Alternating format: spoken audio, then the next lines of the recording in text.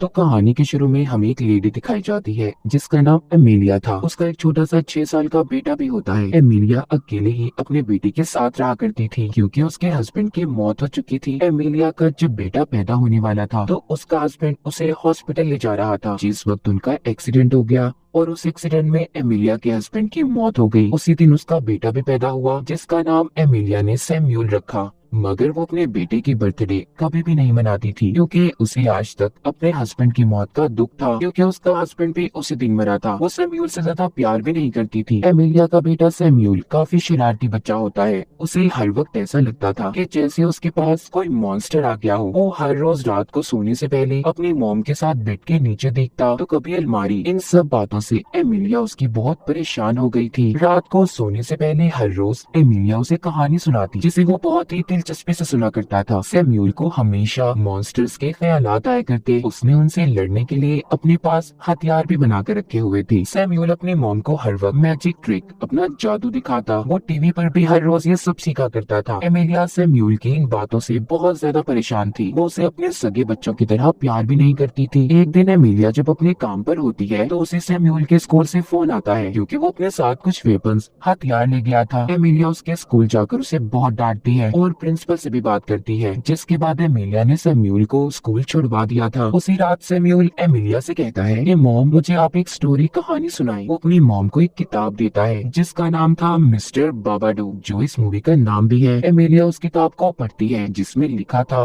बाबाडूक एक मॉन्स्टर है जो कद में बहुत लंबा और उसके हाथों की उंगलियां काफी अजीब है। वो सिर पर हेड पहनता है और जो भी इंसान इस मॉन्स्टर के बारे में सोचने लग जाएगा या उसे देख ले तो वो कभी भी सो नहीं पाएगा। फिर वो इंसान बस अपने लिए मौत मांगेगा। ये सब बातें एमिलिया को काफी अजीब लगती हैं। वो अपने बेटे को कोई और कहानी सुनाने लगती है, मगर सैम्यूल को बाबाडूक की बातों पर यकीन हो गया था और वो डर से चिल्ला रहा था। एमिलिया उस किताब को अलमारी में छुपा देती है ताकि दोबारा सैम्यूल उस किताब को ना पढ़े। मगर अगले दिन भी सैम्यूल बाबाडूक की बातें कर रहा था। एमिलिया उसकी इन हरकतों से तंग आ गई थी। वो सैम्यूल को बहुत समझाती है कि बाबाडूक जैसी कोई चीज नहीं है। उसकी वजह से रात को वो सही से सो भी नहीं पाई थी। मगर सैम्यूल उन सब बातों को सच मान रहा था। एक दिन सैम्यूल अपने घर के बेसमेंट के दरवाजे को खोल देता है जिसमें एमिलिया ने अपने हस्बैंड की सभी यादों को बंद करके रखा था। मगर अब एमिलिया खुद को रोक नहीं पाती और उस बेसमेंट में चली जाती है। उसने 6 साल बाद अपने हस्बैंड की तस्वीर को देखा था। इसके बाद घर में अजीब अजीब हादसे होने लगे थे, जैसे कि दरवाजे का खुद ही खुलना या बंद होना, खाने में शीशे का मिलना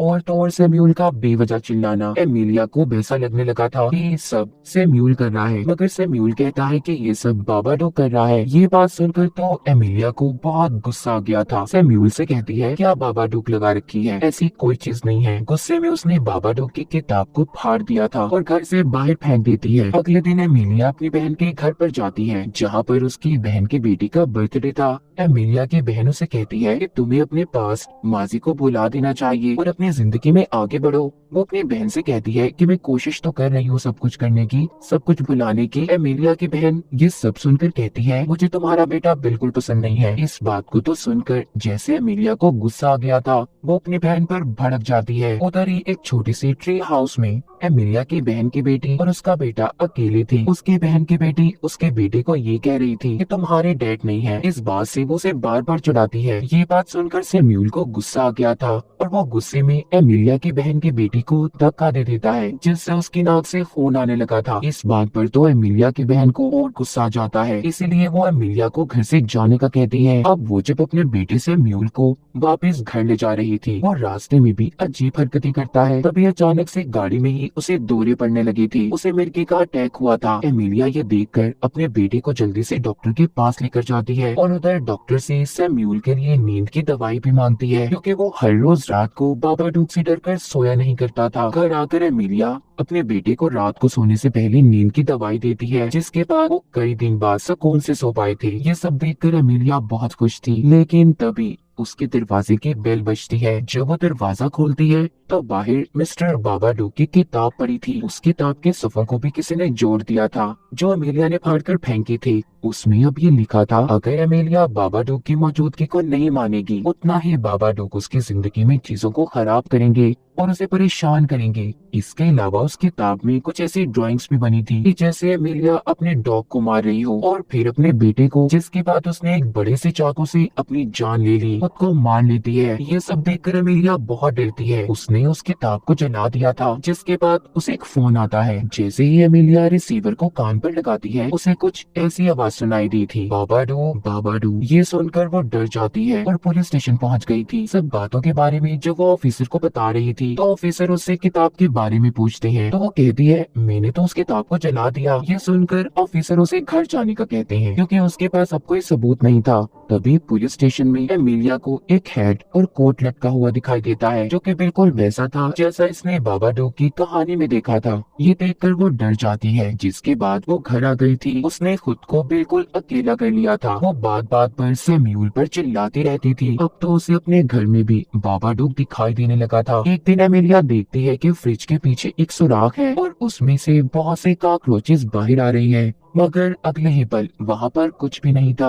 इन हादसों से एमिलिया तंग आ गई थी, इसीलिए वो ये फैसला करती है कि वो सैम्यूल के साथ बाहर आइसक्रीम खाने जाएगी, ताकि उसके दिमाग को थोड़ा सुकून मिल सके। जब वो अपने बेटे के साथ बाहर जाती है, वो दोनों खूब मौज मस्ती करते वापस घर आ रहे थे। तभी रास्ते में गाड़ी के अंदर एमिलिया को बाबाडूक नजर आता है, जिससे वो बुरी तरह डर गई थी और अपनी गाड़ी को किसी दूसरी गाड़ी में मार देती है। घर आने के बाद एमिलिया काफी अजीब हरकतें करती है। उसका बेटा ये सब देखकर घबरा गया था, इसीलिए वो अपने पड़ोसियों के घर कॉल करने लगता है। मगर एमिलिया ने सभी फोन लाइंस को भी काट दिया था। रात को वो जबरदस्ती अपने बेटी को नींद की दवा खिलाने की कोशिश करती है, मगर इस बार सैम्यूल दवाई को नहीं खाता। उसने उस दवा को अपने हाथ में छुपाकर अपनी मॉम को ये जाहिर करता है कि उसने दवा खा ली। इसके बाद तो एमिलिया को अब अजीब अजीब ख्याल आने लगते हैं। उसे ऐसा लग रहा था कि जैसे उसने अपने बेटे को बहुत बड़ी चाकू से मार दिया। उसे टीवी में भी बाबाडूक दिखाई दे रहा था और तो और उसे अपना डरावना रूप भी नजर आता है। जिसके बाद वो अपने घर के बेसमेंट में जाती है, जहाँ पर उसे अपना हस्बैंड नजर आता है, जो कह रहा था कि मैं अपनी दुनिया में वापस आ जाऊंगा जब तुम हमारे बेटे को मार दोगी। मगर यहाँ पर हम समझ पाते हैं कि ये सिर्फ एमिलिया का वहम था और बाबाडूक मॉन्स्टर की एक चाल। ये सब जानने के बाद इससे पहले एमिलिया बेसमेंट से बाहर आती, बाबाडूक उस पर हमला कर देता है। उसने एमिलिया को अपने कंट्रोल में कर लिया था। वो पूरी तरह से बाबाडूक के कब्जे में आ चुकी थी।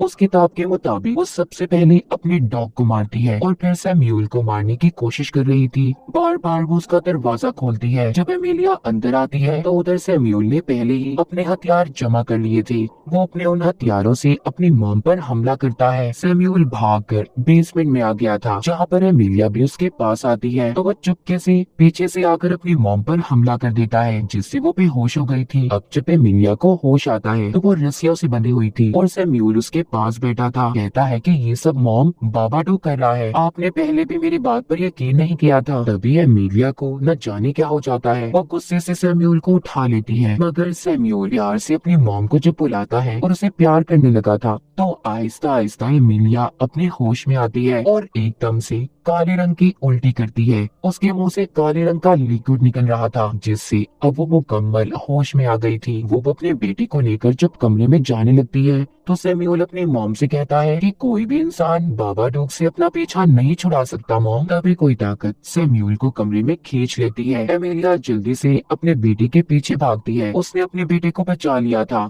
यहाँ पर भी बाबाडूक उसे उसके हस्बैंड के विजन्स ख्याल दिखाता है, मगर इस बार एमिलिया बाबाडूक की चाल को समझ गई थी। वो चिल्लाकर कहती है ये मेरा घर है और चले जाओ यहाँ से। ये सुनकर बाबाडूक ने खुद को बेसमेंट में बंद कर लिया था। हमें कुछ दिन बाद का वक्त दिखाया जाता है, जहाँ पर एमिलिया और सैम्यूल दोनों खुश दिखाई दे रही थी। एमिलिया अब अपने बेटे को प्यार भी करने लगी थी और तो और उसके हथियारों में और जादू दिखाने में भी बहुत दिलचस्पी लेती है। एक दिन वो कुछ कीड़े लेकर बेसमेंट में जाती है, जहाँ पर बाबाडूक रहा करता था, ताकि वो कीड़े वो मॉन्स्टर बाबाडूक खा सके। तभी अचानक से कोई उस पर हमला कर देता है, जो कोई और नहीं बाबाडूक था, जिससे एमिलिया नीचे गिर गई थी। मगर जल्दी वो खुद उठ जाती है और बाबाडूक मॉन्स्टर उन कीड़ों को लेकर कोने में चला गया था। एमिलिया बाहर आ जाती है, जहाँ पर वो अपने बेटे का बर्थडे सेलिब्रेट कर रही थी। वो अपने हस्बैंड की बात करते हुए भी अब घबराया नहीं करती थी। उसने हर चीज को फेस कर लिया था। कहानी के आखिर में हमें बताया जाता है कि बाबाडूक कोई मॉन्स्टर या फिर कोई बला नहीं, बल्कि एमिलिया का दुख था, जो उसने अपने हस्बैंड के मरने के बाद अपने अपने अंदर दफनाया हुआ था। उसका तो कैसे ही अंदर बढ़ता गया और वो ऐसे पागल हो गई कि जैसे उस पर किसी चीज का कंट्रोल हो। उसने अपने हस्बैंड की चीजों को बेसमेंट में बंद कर रखा था, मगर जब सैम्यूल ने बेसमेंट का दरवाजा खोला तो वो सारी यादें एमिलिया के जहन में वापस आ गई। ठीक बाबाडूक की तरह ही एमिलिया के दुख दर्द कभी भी हमेशा के लिए जाने वाले तो नहीं थे, मगर हाँ, अब उसने इन सब चीजों को कंट्रोल कर लिया था। वो मजबूत बन चुकी थी। और दूसरा, इस कहानी का मतलब ये भी हो सकता है कि बाबाडूक मॉन्स्टर था, वो बस उन लोगों के साथ रहा करता था जो अपने दुख दर्द में घिरे रहते, जैसे एमिलिया थी, और इसीलिए बाबाडूक ने उसका फायदा उठाया। मगर जब एमिलिया स्ट्रॉन्ग बनी, मजबूत बनी, तो उसने अपनी जिंदगी को ठीक कर लिया और बाबाडूक को कैद, जिसके बाद वो अपने बेटे के साथ एक खुशहाल जिंदगी गुजारने लगी। तो आपने इस कहानी को दो तरह से जाना, आपको इनमें से कौन सा मतलब सही लगता है कमेंट सेक्शन में जरूर बताइएगा। और इसी के साथ इस फिल्म की कहानी भी यहीं पर खत्म हो जाती है।